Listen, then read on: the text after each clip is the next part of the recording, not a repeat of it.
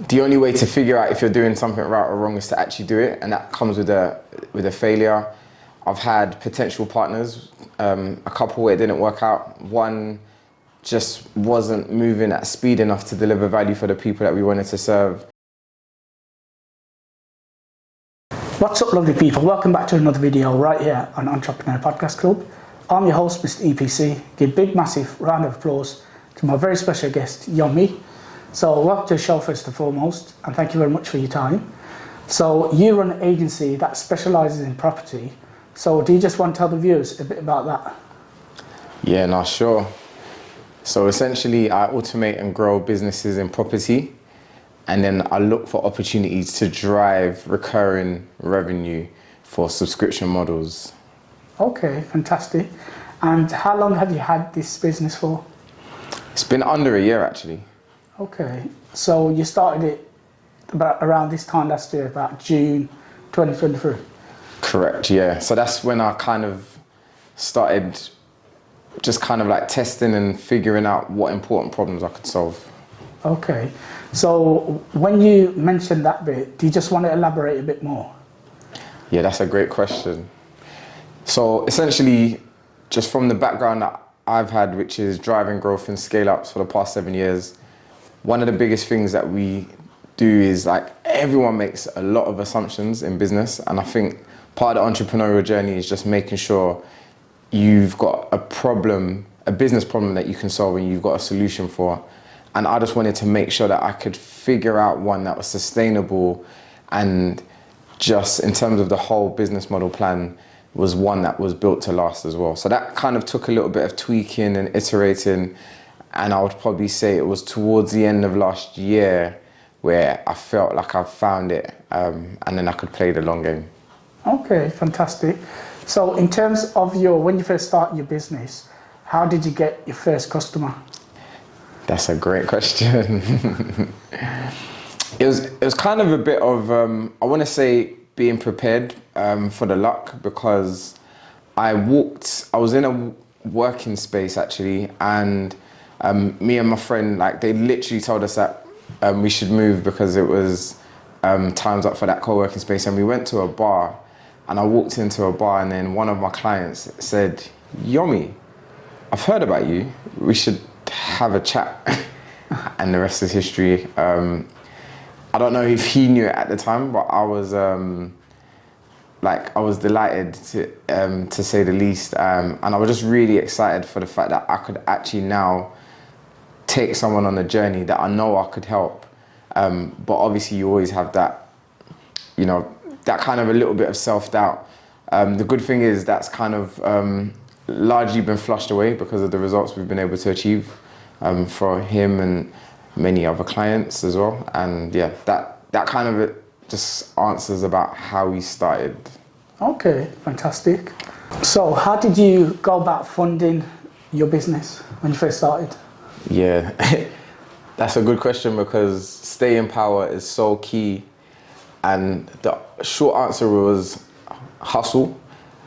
I needed to quickly figure out how I could get a certain level of client that was paying enough money that obviously I could deliver more value then. Because a big thing I used to say when I was presenting my offer to people is, you know, let's have a call, let's figure out what you need.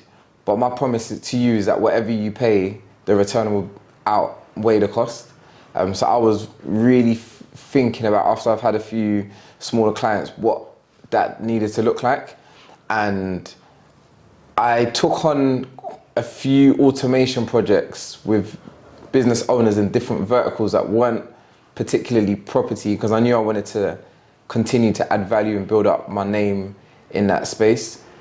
But I was working on small projects in a couple other verticals that kind of came to me to keep things going as well. So I just knew that with enough staying power and being able to kind of iterate, eventually I would get there and I'd be less wrong. And that's how I funded it. And I had a bit of savings. I sold a few stocks that I'd bought during the pandemic as well. I just kept seeing like my bank balance dwindling whilst I was trying to increase revenue at the same time. Yeah, so. Okay, so how did you know when you say your bank balance decreasing, So how did you manage your finances? How was that mentally on you? Very scary because I've not come from money, so it's not like, I'll just sit in there with like some big cash in my account or some rich uncle or dad or anyone that I could rely on. So it was very scary. And there were a few guiding principles that I had to kind of get into mindset wise to enable me to keep going. I think one of the things that someone said to me with entrepreneurship is like, it gets to the stage where most people would have given up if not for you. So there's a concept called ikigai that I'll always live by, and it's just playing long games and just finding that intersection. So I was quite comfortable with that I was playing a long game, and I just had to find the people that I could help as quick as possible. Okay. So in terms of finding new customers or clients, did you go to a lot of networking events in order to get them? Yes, and I probably made a lot of mistakes with networking, and I think hopefully this can help someone else when they're thinking about networking. When you're going for higher ticket clients, trying to go to a networking event and pitch and sell doesn't work. One of the advice one of my mentors gave me is the best way to start to sell is to stop trying to sell. And what he meant by that was you need to build a relationship first because of the type of value it is that you're looking to ask someone to part with money. So it's psychologically, it's an amount where it has to make logical sense. And if people don't know you, you can't be the guy or gal that comes to a meeting, gives your card and then disappears, and then you're doing big business with someone else, because if you rip them off or you scam someone, you're nowhere to be seen and heard. And then that's when I started to understand the different groups that you have, free groups, pay to access or monthly memberships, and the quality level is different in each of those circles. That's a really good point you mentioned there about going to networking events and just pitching. First you need to build that relationship up. I've been to a few networking events where I've seen people just handing out their business cards, as probably you have as well. So how did you learn that quite quickly? It was painful, man, because one of the things that I wasn't prepared for when I started entrepreneurship, because I hadn't really experienced it in life, which sounds a bit take it how you want it, but I hadn't experienced rejection in the way you do with business and sales. So I had to learn by observing that why is it not resonating? If I know I can help people, I've helped people like this, why is it if I go to a meeting and I present my offer, what's the body language that's that's 80% not verbal, why are people not taking to it? And I think it's just because they've been let down in the past by other people. I might remind them of someone that has let them down. I might have said a word that someone else had used, and suddenly their guard's up. And then when you get deeper into the conversations, they might say things like, I used this automation person, or I used this marketing agency in the past. They said exactly what you're saying, but they took my money and they didn't deliver the results. So it's just me understanding that the human psychology and behavior of that, and just learning to deliver value up front and understanding how to reverse, I call it the risk reversals, but how to reverse risk and make the offer almost a no-brainer for them and irresistible, and take them on that journey. So these are the kind of the ways that I think about it now. And in the beginning, just being broad and trying different groups, but in the same way in a job interview, you'd say, this is just about me figuring out if I want the job as if they want the job with me. That's the way I treat networking, is like, let me see if this group of people have an important problem, have the budget to spend, and do I resonate with them? Do they resonate with me? Are these the people that I want to serve? Because business is all about service. Yeah, absolutely. So you mentioned there about making the offer irresistible for them. Yeah. At what stage would you do that? It wouldn't be on the initial first meet, would it? Or would it?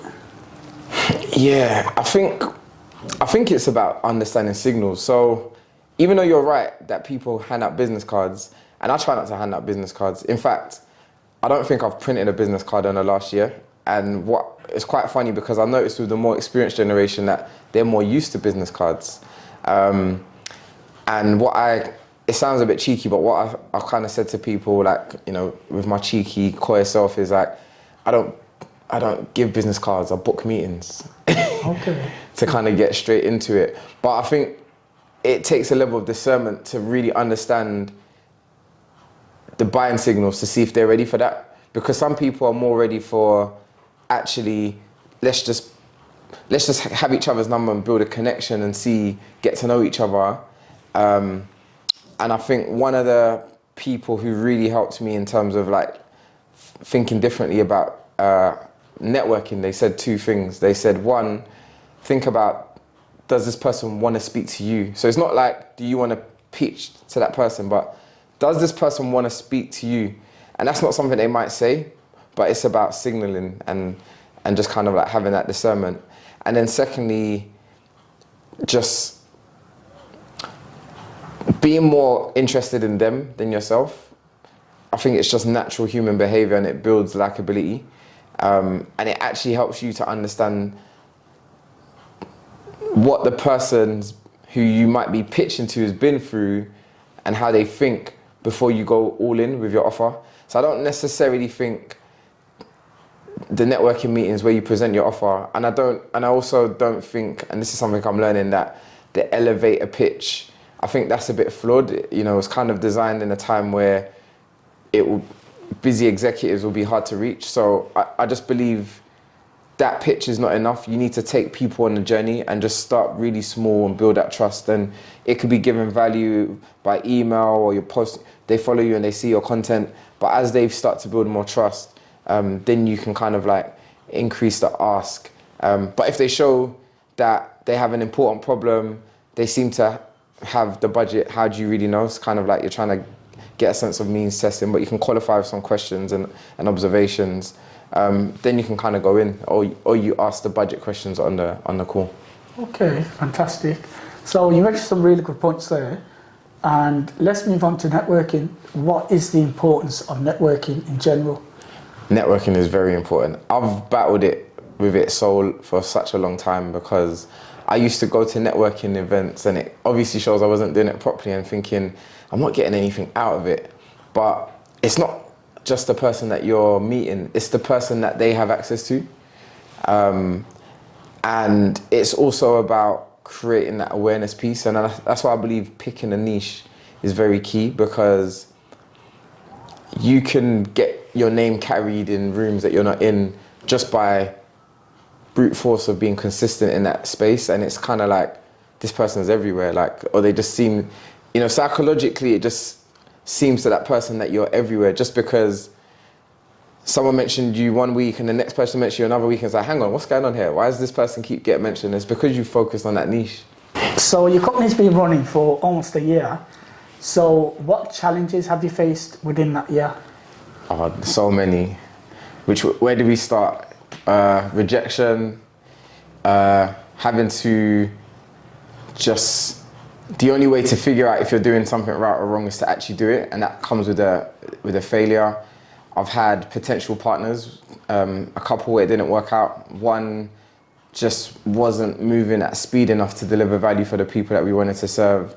The other managed to, you know, we had a really good thing going on, but when it came to crunch time, and I don't know if this is some kind of like undealt trauma from his previous business relationships, but I could see that there was inertia in him moving forward. But I knew my why, I knew who I wanted to help, and I just decided to keep going. And I think it's just that self-doubt and self-belief, even when you know you've done it in other spaces and for other people. So in the beginning, it's just proving concepts, like getting that traction, getting people who mostly don't know you, mostly haven't got an affinity with you to even like you, and mostly don't have any real basis to trust you. But you only have to be once, right? Okay, fantastic. And in terms of mentoring, do you have a mentor who guides you around your business? I've got many mentors, whether it's my personal board of directors where I've nominated people that have, people that I respect in business, I respect their view, and I basically kept them in a WhatsApp broadcast list. And I said I'd I'd update you and to keep me accountable. And I'm very vulnerable in there. I talk about wins, talk about lessons, I'll talk about next steps. I've had older, more experienced people who've just taken a liking to me, and they never do the work for me. They just are an air to listen to and a sounding board. I've had my family who've just been there for me, just to have that connection.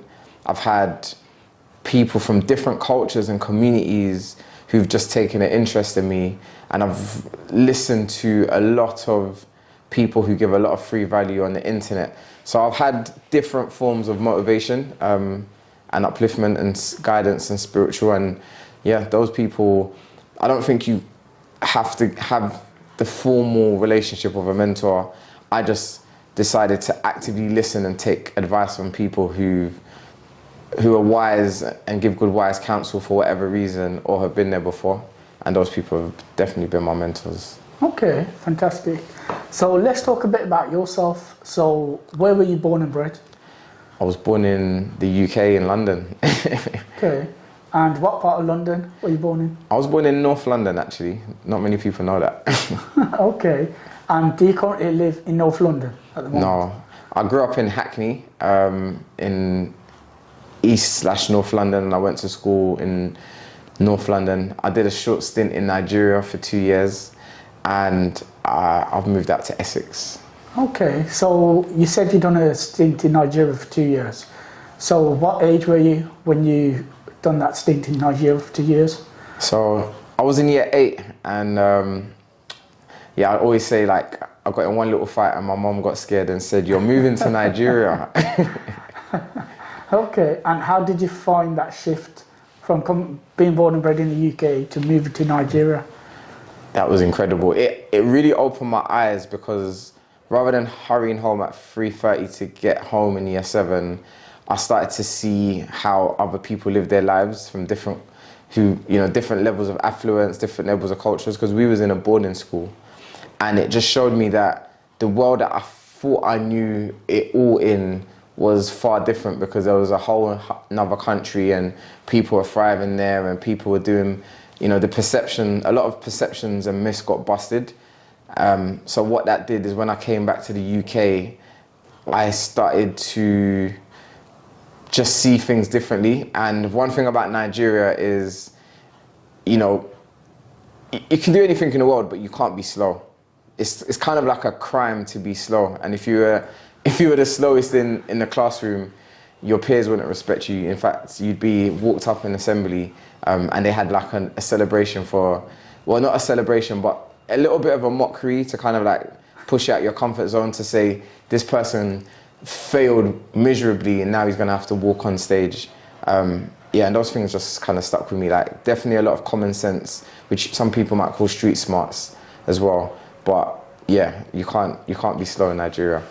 Yeah, that's a really good, valuable lesson in terms of, if you're too slow, in terms of going on stage, being made a mockery of it. Although you're quite young, when you're older, looking back at it, it sort of like motivates you to, reach your goals. 100%. Okay, and in terms of your education-wise, did you go college, uni, before we come on to your work life as well? Yeah, I was quite an academic. I got good grades. I got first class honours in financial computing.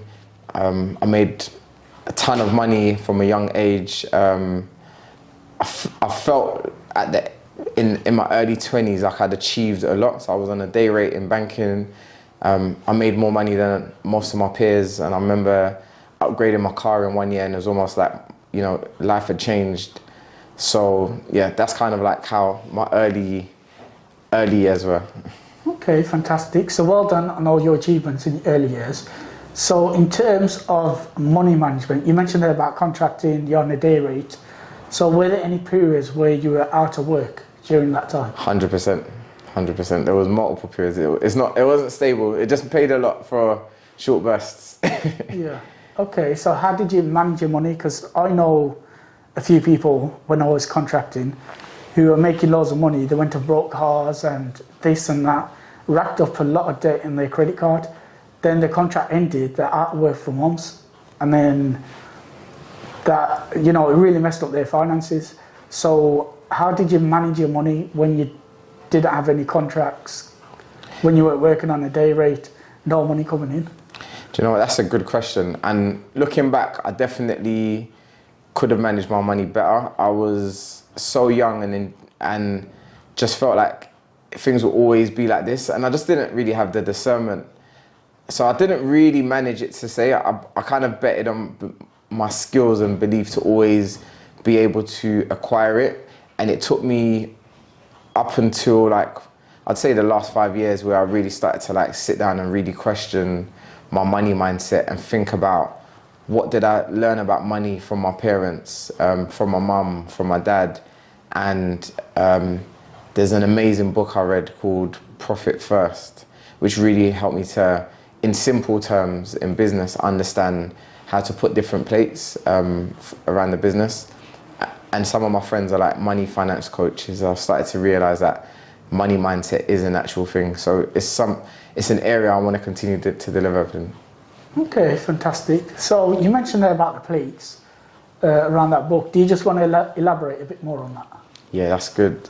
Do you know what's funny? You're testing my knowledge because I'm going to have to read that book again. But it basically teaches you to treat your operating expenses differently from for the money that you need to set aside for owner's compensation, for even your taxes. And it just kind of helped me to set, kind of like how you would, you know, say basic money principles, save 10% for yourself, have your wants and your needs. The same principles, but for business.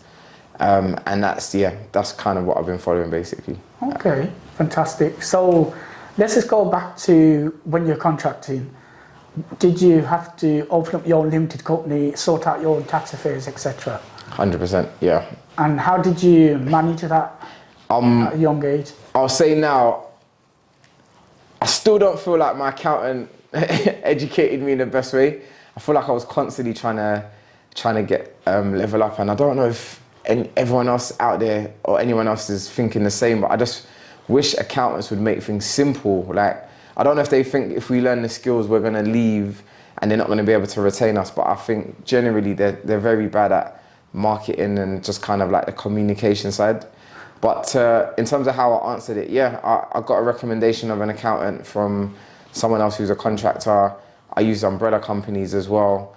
So mostly my taxes were being managed through either umbrella companies or accountants. Okay, fantastic.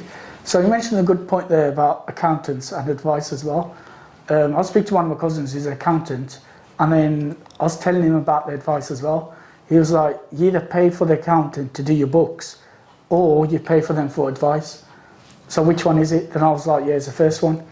Then it's like, yeah, so in order to get advice, you need to pay extra for that, which was a very good point that he made. Yeah, it's true, but they never say that though. Why is that? No idea. So what are the type of businesses that you are targeting or can help with your business? Yeah, great question. So I've helped a property entrepreneur grow his community from 2 members to 120 plus paid members. So that's like 58x growth, and that's online subscription businesses. And that's because when you get that sweet recurring revenue, it makes sense. And I just know the process to help you automate that and grow your business, and the type of research that needs to be done across, and just the automation across like sales, marketing. So that's one area, particularly in the property as well, estate agents. So a lot of estate agents are in competitive markets where when a prospective buyer, and what they really want is they want to list more properties and take them onto the market. But in terms of them being able to earn their commission and drive more sales, when a prospective buyer registers on something like Rightmove or Zoopla, suddenly they've got like 5 agents and his mum contacting them, and it's really hard for the buyer to know who to go with. And as we already know, a confused mind never buys. And if you send the wrong irrelevant messaging to a prospective buyer, suddenly your name and that company, it just saturates. They don't really want to open those emails anymore. So I help a lot with like the positioning and marketing around that. And for the estate agency owners, I basically am the interface between them and their core staff. And this was what I was doing in scale-ups. So I was driving growth and scale-ups for 7 years. One of the big 3 energy companies, 0 to 1, me and the head of commercial and the CFO, we created that journey together 4 years ago, and it still makes money today. And those are the skills that I'm helping. So in summary, online subscription businesses and estate agents that want to automate and grow their business. Okay, fantastic. So you spoke there a bit about one of your achievements whilst you were working, and you spoke previously about working in financial services as well. Yeah. So what are the other sectors that you worked in and your job title as well? Yeah, great question. So I was a product manager for most of the period I was driving growth and scale ups, and I worked in energy, so new energy solutions. I worked in insurance. I worked in automotive and online marketplaces. Okay, fantastic. So let's say someone's watching this and wants to go into business. What advice could you give them before going into business? I would say the biggest advice I could give is treat yourself as an entrepreneurial researcher or scientist. And what that means is you're going to go out and make the market. So that means build relationships. And before you start pitching, and you can do this whilst you're working if you're in corporate or whilst you're in whatever stability you have, spend the time. It could take 6 months, it could take a year, just mapping out and understanding the different spaces. And that's the reason you've got 2 ears, right? So you want to be listening, forming hypotheses and writing them down, not something you just keep in your head, and then just testing it through conversations. And I just believe that will help your ability to learn how to sell, because a sale in that entrepreneurial research mindset might be your ability to convince that person that you meet at the networking meeting, for example, to jump on a call with you so you can present your findings, even without selling. And once you get into that habit and flow, once you do have a good offering, you'll be able to do the same thing and present your offer with a price and feel confident about it as well. Okay, fantastic. And that is it, ladies and gentlemen, for this podcast. I've been your host, Mr. EPC. Big shout out to Tommy for coming all the way to Essex to film this podcast. So if you did like this podcast, please do hit that subscribe button and notification bell, and do look out for the next podcast. And thank you very much for watching.